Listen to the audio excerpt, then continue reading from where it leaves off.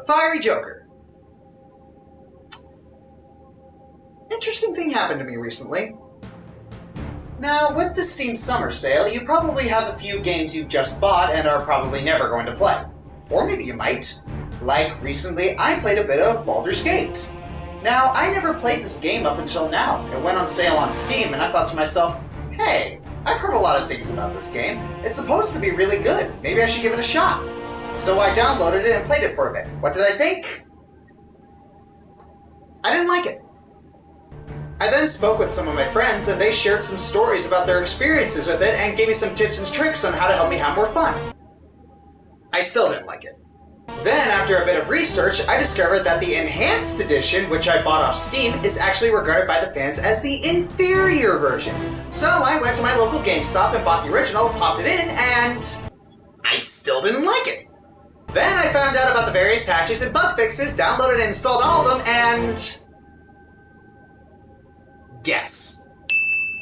The controls were archaic and outdated. I just couldn't muster the patience to fully understand this game. I'll admit this game was very ahead of its time, but it just didn't feel worth learning how to work with an unbelievably unfriendly interface to get to know the story, which is what people say the focus is. But then I thought, wait a minute, I know plenty of games with even more outdated controls than this and I still love them. Baldur's Gate offers plenty more depth than those games and will most likely keep me occupied for months. So, why don't I like this game? It has many of the things I like: creatable characters, hack and slash gameplay, nice music, good art style, and tons of customization options. Why do I hate it? No matter how much I reasoned with myself that this was a good game and deserving of my time, something just wasn't letting me enjoy this game for some reason. Are my tastes inherently hypocritical? Well, that doesn't make sense. To try and answer this, I took a look at some of the admittedly bad games that I enjoyed. So yeah, I've gone on record stating that I liked Superman 64. Yes, that Superman 64, the one considered to be one of the worst games of all time. People told me that they sent back Superman 64 as soon as they played it. Well, why didn't I? Why did I periodically and willingly come back to what's considered one of the worst video games ever made? Well, as a kid, it never really crossed my mind that a bad video game could ever exist. I don't know, I was stupid like that. But even though I enjoyed playing it back then, I still enjoy playing it now. Oh, don't get me wrong, I acknowledge it being a bad game, and it's mainly to see how many different glitches I can find, but I still have some unironic fun with it. What a lot of people don't know is that there's an easy mode for Superman 64, where you don't have to fly through the rings at all. Instead, you just fly to a giant checkpoint. Maybe it was because of that I never hated this game. Something similar happened at a later game, Sonic Heroes. I can't really recommend Sonic Heroes because it has some very crappy level design choices, but I have a blast playing it because when I was younger I figured out how to work around these flaws. You should never have to do that in a video game as that's a mark of bad design, but that's not the point. My higher tolerance levels when I was younger conditioned me in my later years to be able to avoid the bad design choices and work around them. I acknowledge Sonic Heroes is a mediocre game, but dang do I have a ton of fun with it. So I liked a lot of crappy games as a kid. But I also liked a lot of great games as a kid, as I also avidly played the N64 Zeldas, pretty much every Mario game, Crash Bandicoot, and Spyro. Is it because I had no standards as a kid? Did we just not know better when we had a bad game thrust in front of us? Maybe. I know I probably shouldn't touch this again, but I feel I have to. Look back to Secret of Mana. But bear with me! I didn't play this game when I was younger, and my only experience with RPGs was Pokemon and all of the Mario RPGs up until I played Final Fantasy VII in high school. People told me Secret of Mana was a great game, so I thought I should give it a shot. Y'all know this song and dance, I hated it almost instantly. But people still love it, and I have difficulty understanding it. Why do they tolerate these horrible menu interfaces? Why did they tolerate the horribly paced and implemented combat? Why do they tolerate one of the most discouraging and poorly designed first levels in gaming history? I couldn't understand it. Same with Super Castlevania 4. Even though I liked this one, don't jump on me, I did think the restarts were brutally punishing and the gameplay not worth trudging through to insta-die at the same point again. But for some reason, other people think it is worth it, and I noticed that most of these people grew up with these games. Maybe they are used to the flaws. Maybe they have experienced them at a point when our tolerance levels were higher, that in our older ages we know how to deal with them. Maybe it wasn't we had lower standards in our younger age, but maybe we had a bigger tolerance for bad design choices. Look at the phrase Nintendo hard. A lot of Nintendo games were specifically made to be challenging to extend their life. Games took weeks and even months to complete. Some of the difficulty was fair, some of it wasn't. We still tolerated the unfair difficulty, like having to memorize the location of mooks giving surprise attacks. In fact, the angry video game nerd capitalizes on this by judging old video games by the standards of today. In the 80s, these were the kind of brutal-ass games that kicked us into shape and heightened our senses.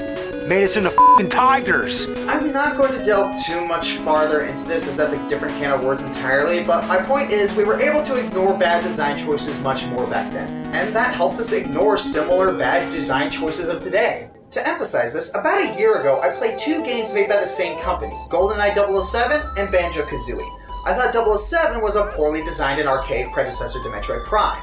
I thought Banjo aged almost perfectly and made me feel like a kid again exploring the worlds of Super Mario 64 and Donkey Kong 64 again. It felt good.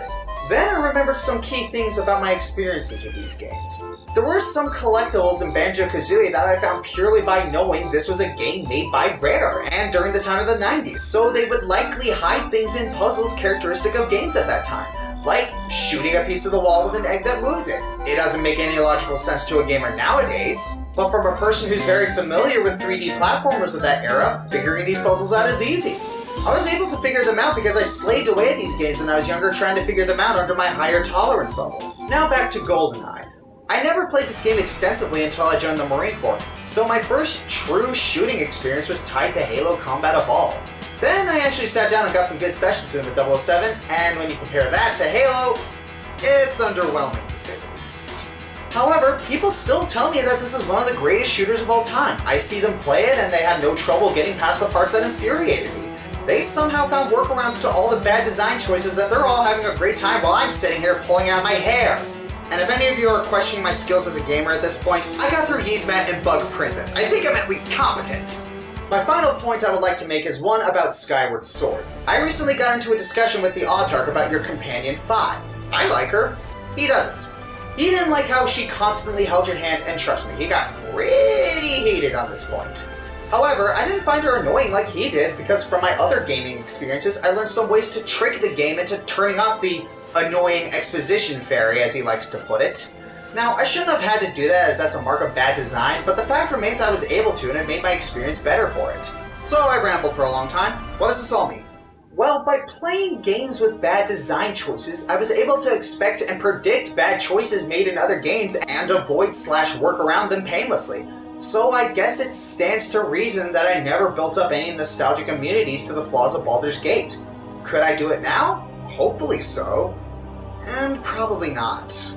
We live in an age where technology is getting more elaborate and people can get their information faster. And when you can get information as fast as you can, people expect ease of use. So in other words, patience today, ha!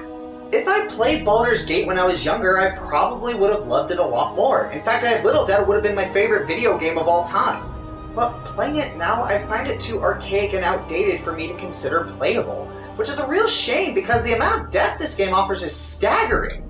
I wish I did, then I could have had my nostalgia blind me to the flaws like with Superman in 64 and Sonic Heroes, or I could have built up nostalgic immunity like with Banjo-Kazooie. So is it just too late for me to enjoy this game? Well, the evidence points to yes. I really want to like Baldur's Gate, I really do. But it appears that I can't like it, and probably will never like it.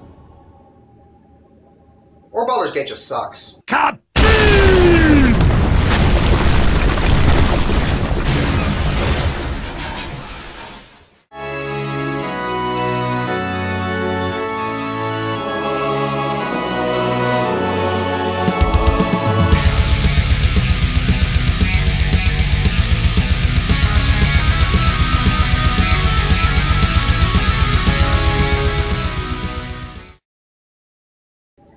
I didn't like it.